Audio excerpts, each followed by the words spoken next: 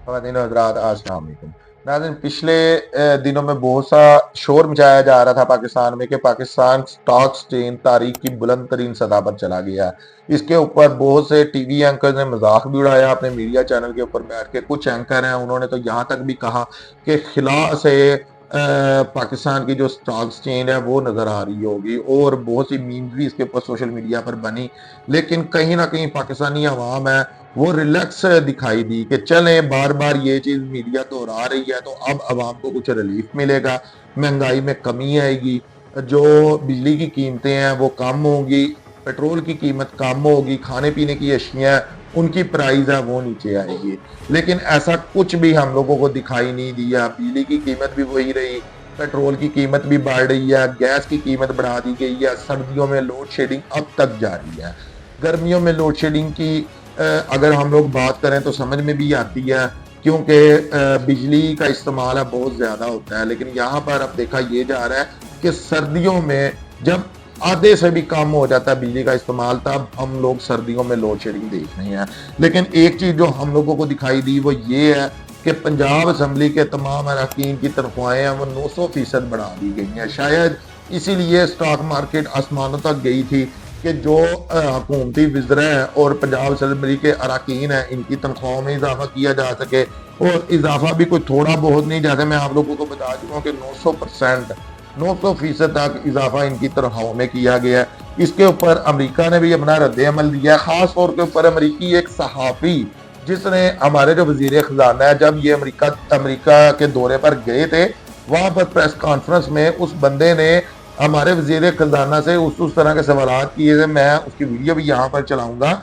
उसी सहाफ़ी ने अमरीकी एक अहम ओहदेदार है उनसे जनाब सवाल भी किया, और उन्होंने आगे से क्या जवाब दिया ये भी मैं बताऊँगा। लेकिन इससे पहले आप लोग ये देख लें कि स्पीकर की तनख्वाह 1,25,000 होती थी, जिसको बढ़ाकर अब 9,50,000 कर दिया गया है। तो वज़ीर आला मरीम नवाज के मुशीर और मावन खुसूसी की तनख्वाह 1 लाख से बढ़ाकर 6,65,000 रुपये कर दी गई है। इसके अलावा जो पंजाब असम्बली के दूसरे अरकान हैं, जो आम अरकान हैं, जिनका कोई मुशीर वजीर इनसे तल्लक नहीं है, उनकी तनख्वाह नाज़रीन पहले 76,000 रुपये होती थी, जिसको अब बढ़ाकर 4 लाख रुपए कर दी गई है। इसके अलावा नाज़रीन एक और वजीर की तनख्वाह 1 लाख से बढ़ाकर 9,60,000 रुपए तक कर दी गई है। अब ये जो फिगर है ये डॉन न्यूज है, ये दे रहा है, जिसमें नाज़रीन ये कह रहा है कि पंजाब असम्बली में एक MPA की तनख्वाह 76,000 रुपए से बढ़ाकर 4 लाख रुपए कर दी गई है। सूबाई वजीर की तनख्वाह 1 लाख से बढ़ाकर 9,60,000 रुपए कर दी गई है, और स्पीकर की तनख्वाह 1,25,000 रुपए से बढ़ाकर 9,50,000 रुपए तक कर दी गई है। डिप्टी स्पीकर की तनख्वाह 1,20,000 रुपए से बढ़ाकर 7,75,000 रुपए कर दी गई है। पार्लियामेंट स्पीकर की तनख्वाह 83,000 रुपए से बढ़ाकर 4,51,000 रुपए तक कर दी गई है। वजीर आला के मशीर की तनख्वाह 1 लाख से बढ़ाकर 6,65,000 रुपए तक की कर दी गई है। और इस सब में अभी वजीर आला का फिगर नहीं दिया गया कि उनकी तनख्वाह क्या थी और कितनी कर दी गई है। अगर आप लोगों को पता है तो कमेंट करके जरूर बताइएगा। इसके बाद नाज़रीन अब मैं आप लोगों को बताता हूँ कि अमेरिका ने इसका क्या रद्द अमल दिया है। तो पहले यहाँ पर आप लोग एक वीडियो देख लें। तो नाज़रीन ये आप लोग पहले वीडियो एक देख लें, जब हमारे वजीर ख़जाना साहब अमरीकी दौरे के ऊपर, अभी कुछ महीने 2-2.5 महीने पहले की बात है, ये अमरीकी दौरे के ऊपर गए, तो वहाँ पर वाशिंगटन में इनकी एक प्रेस कॉन्फ्रेंस थी, और करने ये यही गए थे कि कर्जा वगैरह मांगने गए थे। तो वहाँ पर एक सहाफ़ी है, यही सहाफ़ी अमरीकी ओहदेदार से आज सवाल पूछ रहा है पाकिस्तान में जो वजीरों की तनख्वाह बढ़ाई गई है। तो ये बंदा जनाब इनसे बड़े सख्त किस्म के सवाल पूछता है। ये आप देख भी रहे होंगे, साथ उर्दू ट्रांसलेट भी चल रही है कि ये बंदा कहता है कि आप लोग इतना लंबा लंबा चौड़ा अपना प्रोटोकॉल लेकर आते हैं यहाँ पर, और करने के आते हैं भीख मांगने।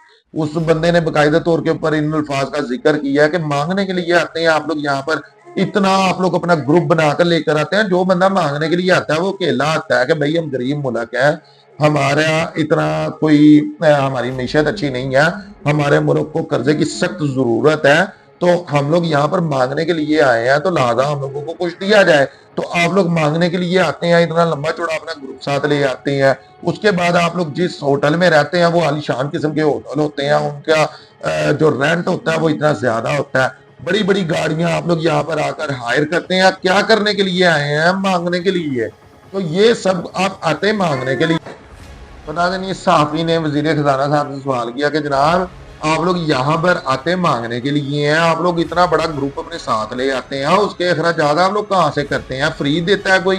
آپ لوگ یہاں پر جس ہوٹل میں رہتے ہیں وہ عالیشان قسم کا VIP ہوٹل ہوتا ہے، اس کے علاوہ آپ یہاں پر مہنگی ترین گاڑیاں رینٹ پر لیتے ہیں۔ اگر پھر اس نے ناظرین ذکر کیا، جس طرح آپ لوگ یہ دیکھ بھی رہے ہوں گے، اس نے ذکر یہ کیا کہ جناب آپ کا پڑوسی ملک وہ اس وقت آپ سے بہتر جا رہا ہے۔ اگر ہم وہاں پر ڈالر ریٹ کی بات کرتے ہیں تو ڈالر ریٹ اس کا آپ سے بہتر جا رہا ہے۔ اس کی معیشت کی بات کرتے ہیں تو بڑی تیزی سے اس کی معیشت سنبھل رہی ہے، لیکن اس کے اوپر ہمارے وزیر خزانہ صاحب کا کہنا یہ تھا کہ نہیں، ایسا کچھ بھی نہیں ہے، چاہے آپ لوگ افغانستان کے وزیر خزانہ کو بلا کر یہاں پر پوچھ رہے۔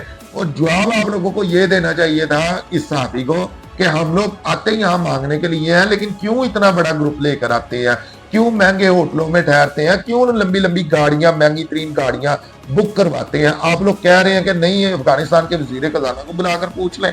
وہ اب ناظرین امریکی صحافی ہے، اس کو آپ لوگ کہہ رہے ہیں کہ نہیں، آپ جو کہہ رہے ہیں وہ غلط ہے، آپ کی انفارمیشن غلط ہے، ایسا کچھ نہیں ہے۔